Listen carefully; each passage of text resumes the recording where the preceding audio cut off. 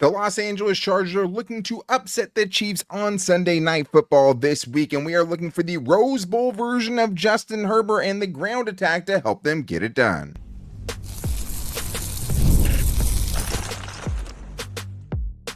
You are Locked On Chargers, your daily podcast on the Los Angeles Chargers. Part of the Locked On Podcast Network, your team every day. What is up, and welcome into the Locked On Chargers podcast. I'm your host, Daniel Wade, joined as always by my co-host, David Drogemeyer, and we've been covering the Chargers together now for 9 seasons, but this is our 7th year as the host of the Locked On Chargers podcast, bringing you your team every day. Thank you to the everydayers out there for making us your first listen. To make sure that you never miss the show, go subscribe or follow for free on the Locked On Chargers YouTube channel and listen wherever you get your podcast from. David, what do you got today? Daniel, the first time the Chargers and Chiefs played, it was a much different story. Justin Herbert was hobbled. Both tackles were out. Now they're all healthy and ready to go, and Justin Herbert needs to use those legs in a big way to help his offense and help his team win this game. And on defense, they have to eliminate the tight ends.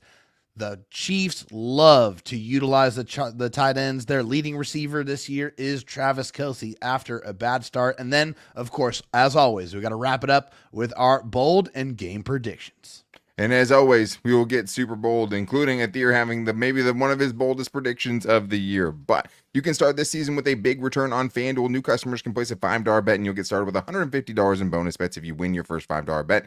Visit FanDuel.com to get started. David, this was something you brought up to me before the show when we were talking about what the Chargers need to do to find the recipe for an upset in Kansas City in prime time on Sunday Night Football. And you brought up the Rose Bowl version of Justin Herbert. And I think it's a great call because I think when you're looking at how the Chargers, specifically with what they have and who they have available to them right now, need to do to get this done, you're looking at, okay, you're going to have to kind of get out of your comfort zone a little bit. You're going to have to see some things from this team that maybe we haven't seen as much. And I think one of those things is just seeing Justin Herbert run the ball consistently. But I think in this matchup with the Kansas City Chiefs, in a game you're looking to pull off the upset, I think it's a great call that he needs to use his legs more in this game. He does. Justin Herbert is a dynamic athlete, and he has had games in the past where he's been able to take over the game. One game that sticks in my mind always is the game against the Pittsburgh Steelers at night in prime time where he ran wild. Yeah. And so he has that ability. He definitely has the ability to run and utilize his legs, keep that clock churning, keep the possession of the football, and make sure that you're moving down the field. And hey, the one team that beat the Chiefs this year is the Buffalo Bills, and of course, they have Josh Allen. Josh Allen rushed it 12 times for 55 yards and a touchdown in their win over the Kansas City Chiefs. So, I mean, I'm not saying Justin Herbert is Josh Allen, but Justin Herbert can definitely run the ball, and he is a dynamic athlete, and I think it's going to take every single bit of his athletic ability in order to win this game on Sunday night. Well, I don't even think it's the rushing total from Josh Allen that you look at and say, hey, you have to replicate that, as much as it is the moment that they sealed that game, which is the Buffalo Bills up by 2 points late in the fourth quarter. They could have kicked a field goal to go up 5, which is like a nightmare scenario going up against Patrick Mahomes with any amount of time left, pretty much. And on 4th and 2 or 3, he ends up keeping it himself. Not only does he get the first down, he runs it in for a touchdown that makes it a 9-point game that the Kansas City Chiefs can't overcome. And I think when you see that, it's like, yeah, Justin Herbert might need one of those moments in this game if they're going to pull off the win. And I think when you just look at the Chargers' struggles offensively, especially in the last game, and you look at what they've done in some of their better scoring games, almost all of them have to do with Justin Herbert having a big rushing game. 65 yards versus the Bengals, right? In that game, he had 34 yards, 32 yards versus Tennessee, and they ended up, 65 yards versus Cincinnati, and they put up 34 points in that game. 32 yards versus Tennessee, they put up 27. 49 yards versus the Saints, and they put up 26. When he runs the ball well, all of his best games have turned into not only big point totals for the Chargers, but also wins for the Chargers. Yep. And also, Daniel Popper just wrote a great piece about how teams are trying to combat the Chargers passing attack, and it's a lot of man coverage, hoping guys like, not named Vlad McConkey can beat them. And it's worked out pretty well for the last 3 teams that have done it, especially in the second half against the Bengals. As he put, the Ravens used a ton of man. The Chiefs are going to use a ton of man coverage. 6th highest man coverage percentage according to Popper. So one of the things that opens up is the ability for the quarterback to run, because it's harder to run against zone coverages than it is against man coverages, because in man, you have a lot of guys turning their backs to you, which means it could open up some big rushing lanes for Justin Herbert. But I also think the big kind of important thing for this game that I need to see from the Chargers is not letting the Kansas City Chiefs pass rush take over like it did in the last game. The good news is they have their tackles back for this game, so that's a huge added bonus. You also, in that last game, gave up 18 pressures and 7 quarterback hits against an injured Justin Herbert who wasn't nearly as mobile, but 5 of those pressures were allowed by Sam Mustipher and Jamari Sawyer. So you're already kind of in the bonus from that regard, but I also think it's just, hey, you have to do a much better job of identifying who is coming, because 8 different players registered a pressure in that game, and you can't let Chris Jones just absolutely wreck your offensive game plan. 6 pressures, 2 sacks, 3 hurries in the last game. That is just a recipe for an offensive drought like we're trying to see the Chargers get away from. If they can do that and not let the Chiefs pass rush take over, they're going to have a good chance to put some points up offensively. Anyone but that guy. Anyone but Chris Jones is really what the answer is. Obviously, you got to respect George Karlaftis as well. He's the kind of the second leader in sacks on that team. Sure. But it's Chris Jones, it's a George wide Karlaftis, and that's everybody else. I mean, those are the 2 guys you got to worry about. And, of course, when we're talking about pass rush against the Chargers this year in 2024, it's the interior pressure that scares you and bothers you the most. We know who Chris Jones is. We've seen him every single year, twice a year for the last 7 or 8 years. We know how dynamic he can be. Do not let him wreck the game.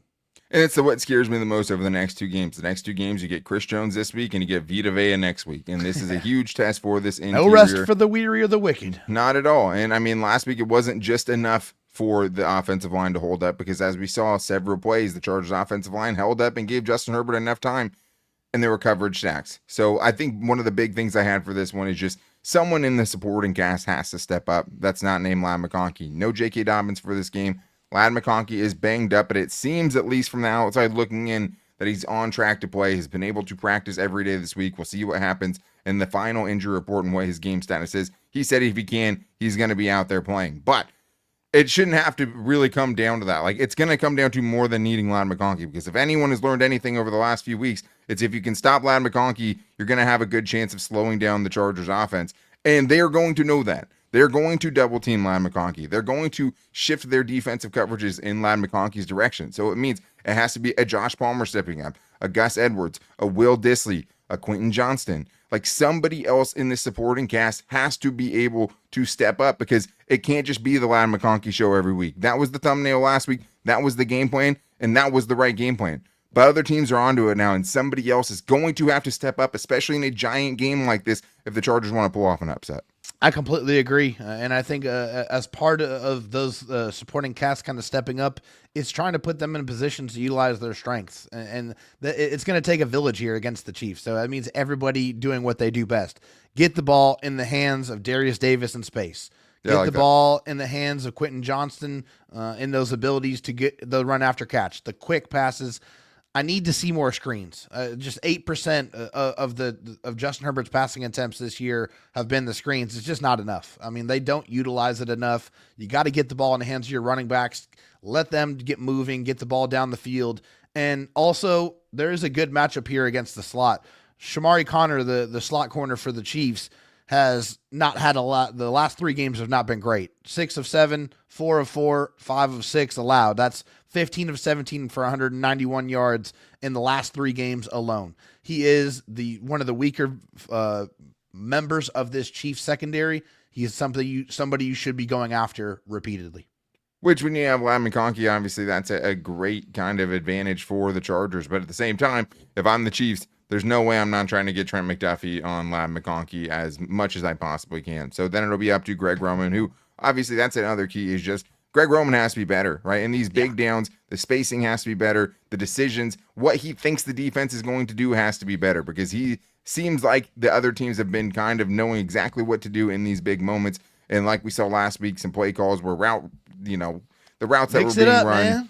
It just, he has to be better, defensive, second half adjustments, things like that. When teams adjust and take Ladd away, you have to be able to respond better than the Chargers did last week, period, end of story. So even if it's a good matchup, let's see if the Chargers can exploit it. And then defensively, I think one of the best parts of last week was just how the Chargers made Kirk Cousins look like a $3 million quarterback instead of a $50 million quarterback. And now they get a chance to try to confuse Patrick Mahomes and hopefully take away his weapons at tight end, because we know that him and Andy Reid love to use them. So we're getting into all that and more in today's Locked On Chargers podcast.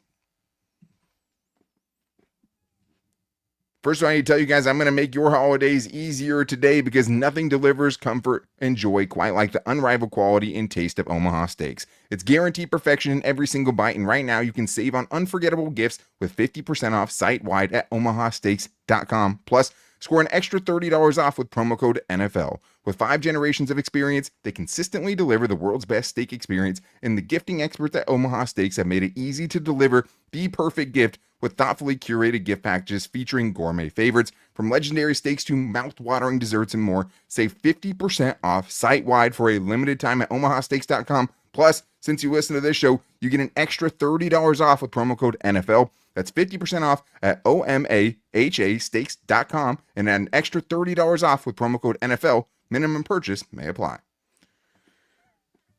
I also told you I got you guys covered. I also need to tell you about Skylight Frames, because if you want to celebrate and stay connected with the people who are far away in your life, there's not many things you can get better than the Skylight Frame. And I know David is getting, well, we'll see. I don't want to spoil who it's for because it's a big Christmas present, but David's definitely getting on the Skylight Frame action this Christmas. I'm getting it for all my family and just sending as many pictures of Dylan as I possibly can, because who doesn't want my baby pictures? And I show them to everyone. But it's the fastest and easiest way to keep loved ones in the loop. They'll feel so much more connected to you. The touchscreen is a game changer. Swipe through the photos, tap to see new photos sent, tap the heart button to say thank you to the sender. There's over 1 million different 1,000 5-star reviews, 1 million different happy customers, and they're available in over 30 countries and recommended by the Today Show, Forbes, New York Mag, and so much more. And now a special limited time offer for our listeners. You can get $20 off your purchase of a Skylight Frame when you go to skylightframe.com/NFL. That's SKYLIGHTFRAME.com/NFL. Get $20 off your purchase now at skylightframe.com/NFL.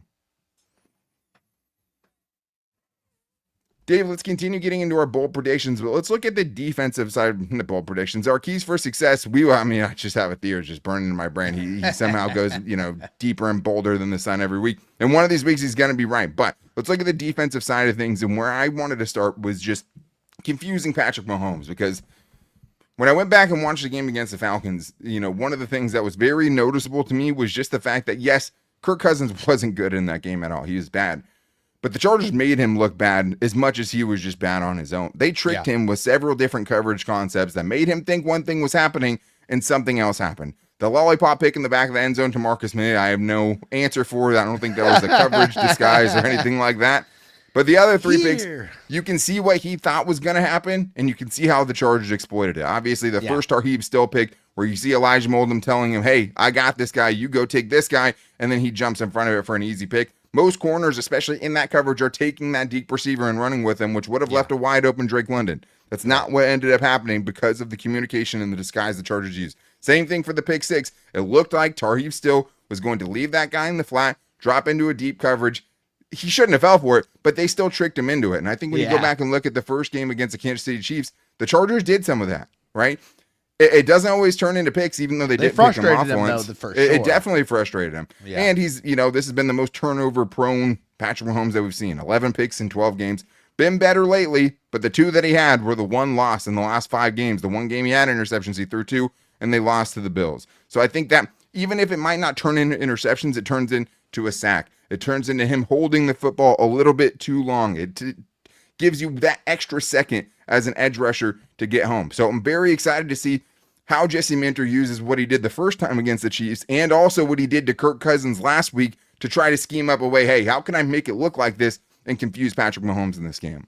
Yeah, I like that a lot. I think one of the things I have to play off that here is that 7 of Patrick Mahomes' 11 interceptions have been over the middle of the football field. So that's one place that he just doesn't do very well throwing the ball. So if you can kind of muddy up that sight picture or change what it looks like, from pre-snap to post-snap, I think that might lead into him, getting frustrated and getting, confused or throwing the ball before he's ready, obviously in conjunction with that pass rush. They kind of go hand in hand here. But my other key when it comes to Patrick Mahomes and corralling him is when he goes out to run, punish him. And I mean hit him hard. Don't fall unless for you're those Derwin fakes. James. Yeah. I mean, honestly, in this game, it's like, hey, Derwin James will get suspended for the rest of the run, season if he puts a big hit that's penalized on Patrick Mahomes. Anyone except for Derwin James open season, you're probably not getting suspended. Because it's about like the fake slides and stuff, right? He fake steps out of bounds. Yes. He gave a little fake slide last week, which is infuriating, especially when you see what happened to Trevor Lawrence. It's like, I'm not defending the hit against Trevor Lawrence at all, but it's like when you have dudes doing what Patrick Mahomes is doing out there, that's going to happen because guys have to kind of guess make what him you're pay. going to do. Yeah. That's what I'm saying is when he tries to do that, make him pay, make him feel it, make him think twice for doing the fake slide. Don't do it. Make it hurt. David Bountygate Drogemeyer. I knew you had it in you, but I agree. I mean, it's not just in the middle of the field. It's up against the sideline too. Do not let him trick you into thinking he's going to do something, gaining an extra 6 yards in a first down. It's infuriating. Smoke him. But another thing is, you talked about the pass rush a little bit. In a game like this, I don't think this is crazy ass. That expensive pass rush has to show up, right? Yes. You have two $30+ million pass rushers on this team right now. Yep. Joey Bosa hasn't recorded a sack in 3 weeks. Khalil Mack obviously was banged up, but the games that he's played in has 2 sacks in his last 6 games. One of those games he played 4 snaps, right? Because he was trying to see if he could work it out through a groin injury and then just ended up with 2 groin injuries. I understand that. But Tulu Pelotu, after 7 sacks over 4 games, sackless over his last 2 games, would be great to see him going again. But the Chiefs tackles last week gave up 12 pressures and 3 sacks. I don't think they're going to have Wanya Morris out there who gave up 8 of those pressures. We'll see how they try to kind of cover that up. But obviously if he is out there, but your stars have to show up in big matchups.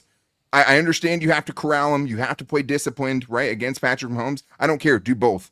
Keep contained. Get to him. Bring him down. You had 3 sacks in the first matchup. Bud Dupree had 2 of them. I'm looking for them to up that in this game on Sunday to try to pull the upset off. Absolutely. The false start king, also known as Juwan Taylor, has given up 7 sacks this year.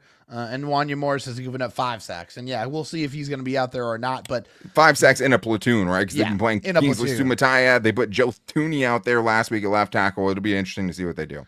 It will be. But just by and large, the strength of this football team for them as far as protection is on the inside. Yeah. So the outside, very much vulnerable. They need to play some games with those guys on the outside. They need to get creative, move the pass rushers around, get them lined up on the same side. Let's see some of those NASCAR packages where we have, 3-4 pass rushers on the field at the same time, getting after the quarterback. But the way that you have to do that, or the way you can do that, is by stopping the run or limiting the Chiefs on first and second down. You have to get them in 3rd and long situations. Jesse Minter actually put out a great stat that said when the Chiefs are in 3rd and 2 to 6, they're converting on 74 to 75% of those 3rd down situations. Silly. So what does that mean? Get them in 3rd and long as much as you possibly can. And when you do, you have to get off the football field. It is imperative that you do that in this game if you want to win. Yeah, and it's interesting because it is a potential tough matchup for the Chargers because Isaiah Pacheco is, I think, the type of back you're worried about a little bit. When you see what a Derrick Henry does, when you see what some of the physical backs have been able to do against the Chargers, that could give LA problems in this game. And Kansas City, honestly, let's be honest about it. They should have lost 3 of their last 4 games. Oh, absolutely. Like, this should truly be kind of a division-leading game. Like, if you could trust little brothers, they should have lost to the Broncos, and the should have lost to the Raiders, exactly, should have lost to the Panthers.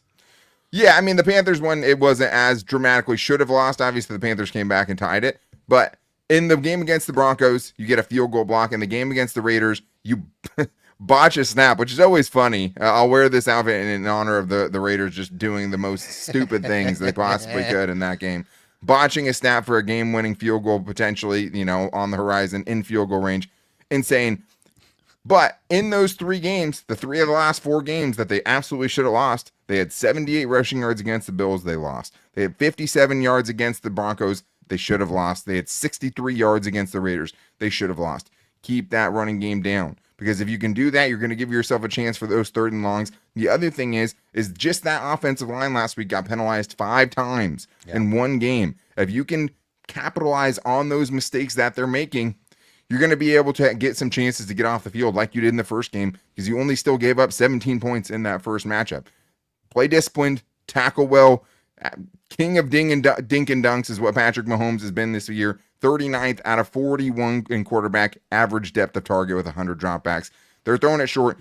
They're misdirecting. You have to be able to make those tackles. You have to be able to get in those third and long situations because, as David just told you, if you don't, they're basically unbeatable on offense. Even in a bad year for them, they're still putting up those numbers in those situations. So we still have our biggest bold predictions and game predictions to get into, including but potentially a huge game for Derwin James, and we should just be excited we get to see that matchup between him and Travis Kelce again. So we're going to talk about all that and more in today's Locked On Chargers podcast.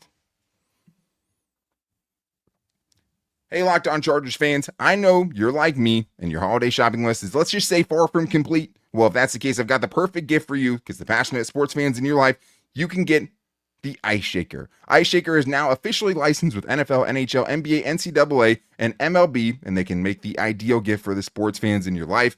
Obviously, you can see me and David here have our Ice Shakers, which were created by and used by the Gronkowski brothers. Former Chargers player Chris Gronkowski went on Shark Tank with this. It's really, really awesome. And right now, you can go to iceshaker.com and use the code LOCKEDONNFL at checkout to save 25% off your order. Kitchen-grade stainless steel bottles that won't absorb odor like other plastic bottles do. Patented twist and agitator in this thing. I'll show you. Great for tailgates, right? Mix up a drink in this. You have a strainer already in it that you can just pour your drink out. These things are awesome. A great Christmas gift coming up. And you can order your team-branded bottles today at iceshaker.com and use the code LOCKEDONNFL for 25% off your order. Ice Shakers, show your support for your teams with the best branded workout bottles on the market. Ice Shakers.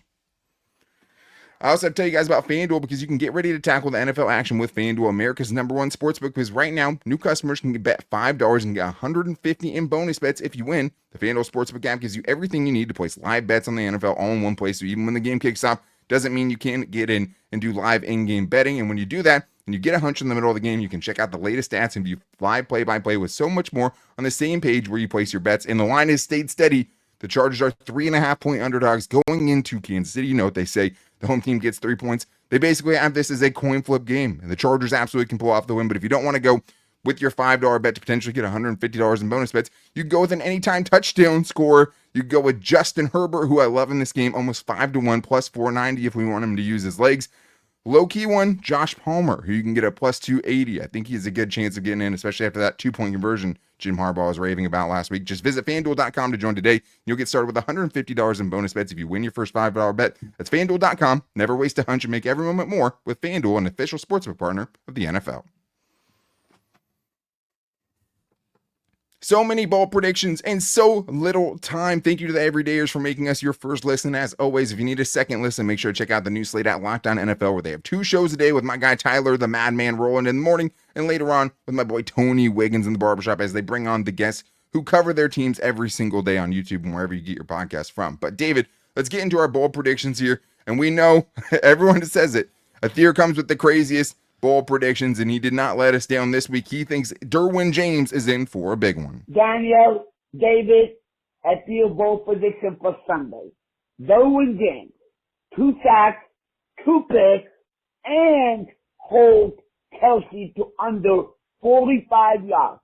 Chargers pull the upset 24-20. Let's go, baby. 24-20 does seem kind of realistic. Obviously, Athir, you're crazy, and that would be an insane game. I mean, Derwin James has 2 interceptions since the beginning of last season. It would be crazy to see him get that again in this game. But the one thing I love about Athir's bold predictions is they always bring up a conversation that I want to get into anyways, which is just the matchup that the Chargers are going to have with Derwin James going up against Travis Kelce, like you told us earlier. Travis Kelce started off really slow, 3 straight games of less than 45 receiving yards, and he has absolutely turned it up as the season has progressed. So if the Chargers and Derwin James could hold Travis Kelce to that small of a game, I think they're going to give themselves a great chance. Hey, this is appointment television right here. This is mano y mano. This is alpha versus alpha. I want to see Derwin James recreate one of the great paintings of all time, and of course that is him slamming Travis Kelce into the ground. That was a beautiful moment. Yeah. But hey, you know, these are 2 alpha males here, 2 of the best at their positions in this iteration of the NFL. So I want to see what it looks like. I have my money on Derwin James. I like the way he's been playing the last few weeks. I feel like he's really in his groove. We're really seeing that attacking version of him coming back. I think that's going to serve him well against Travis Kelce in this game. Yeah, I think how well he's playing definitely gets you juiced up for this matchup and has you, hey, he could do something in this game and have a game like this against this team. And they might need him to pull off the upset. But let's get to this next one from Oregon Chargers. Thinking along the same lines, Patrick Mahomes will turn the ball over twice, one of them being scored for a touchdown. Maybe at Thieres and this will both come true. They could both come true if it's Derwin James that gets those turnovers, but I like showing some love to the scoop and score. I don't need a pick six. It'd be great to see our second defensive touchdown after seeing the first one last week, but show some love to the scoop and score. And the Chargers did force 2 turnovers in the last matchup against the Chiefs. If they could bring one back and help their offense out, I think that would go a tremendously long way. As we saw last week, it's the only reason they won.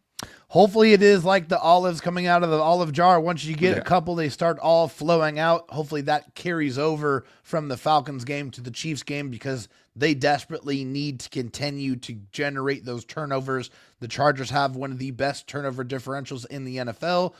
The Chiefs do not. They have one of the worst turnover differentials in the NFL. They have to capitalize and get one. And hey, if they take it back for a score, even better.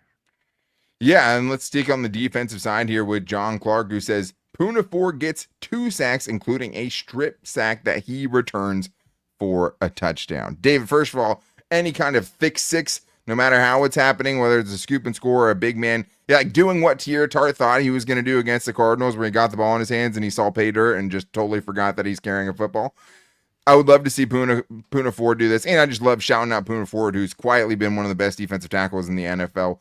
The 5th highest graded defensive tackle with at least 20% of the maximum snaps, at least 100 snaps. It's Puna Ford as the 5th highest graded defensive tackle this year. He's been awesome. And if he could do that against this offensive line in this interior, David, that would go a really, really long way too.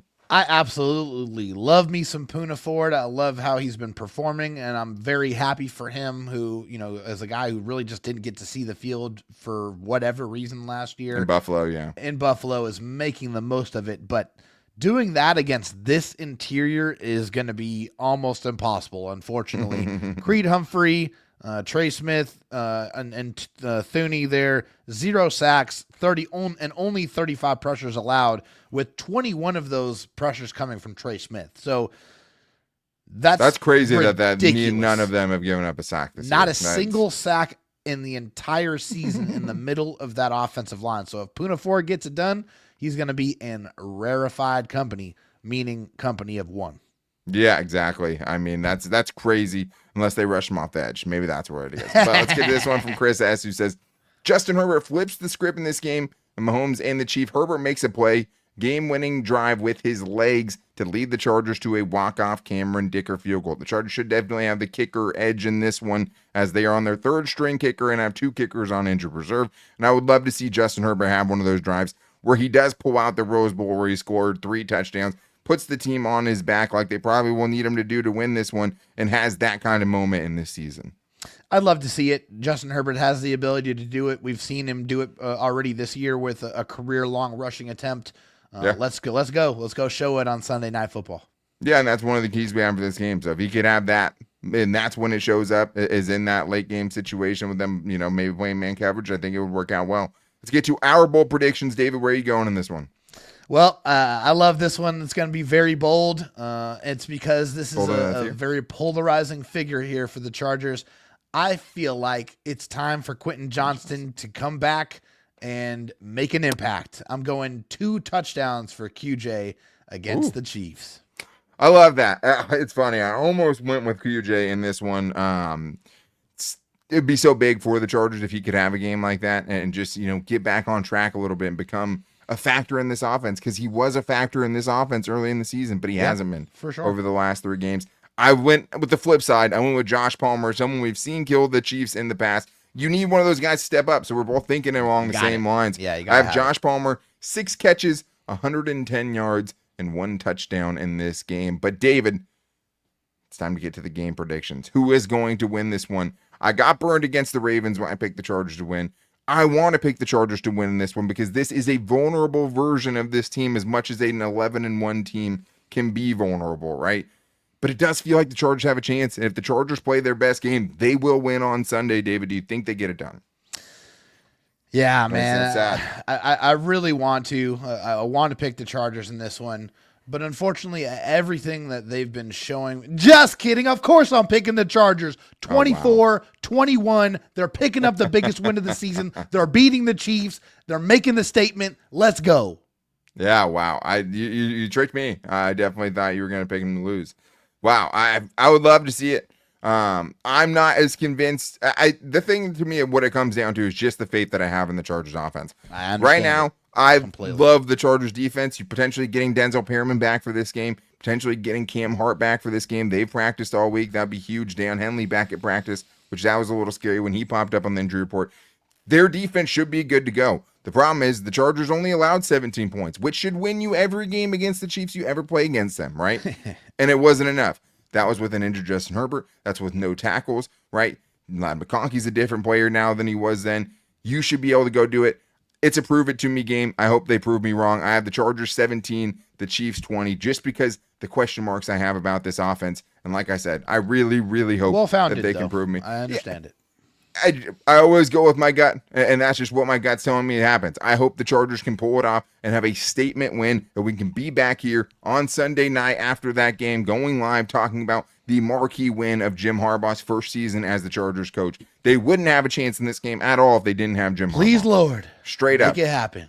They have a chance because Jim Harbaugh is their coach, because they have Justin Herbert as their quarterback. They always will have a chance, but they need to show me something offensively, and this team needs to show us that they can beat a legitimate team, and this would be the best team, obviously, that they beat all season. So get it done, figure out a way to do it, and be back here for the live show on Sunday night by making sure you're subscribing or following for free on the Locked On Chargers YouTube channel and listening wherever you get your podcast from, as well as finding us on all of our social media. You can find us where everyone hit us up today with their bold predictions at Locked On LAC on Twitter. You can hit us up on Instagram at Locked On Chargers and our Locked On Chargers Facebook page. You can find David on Twitter at DroTalkSD and me on Twitter at Dan Talk Sports. You guys want to call into the voicemail line like Athir does for his bold predictions? Call on to 323-524-7924.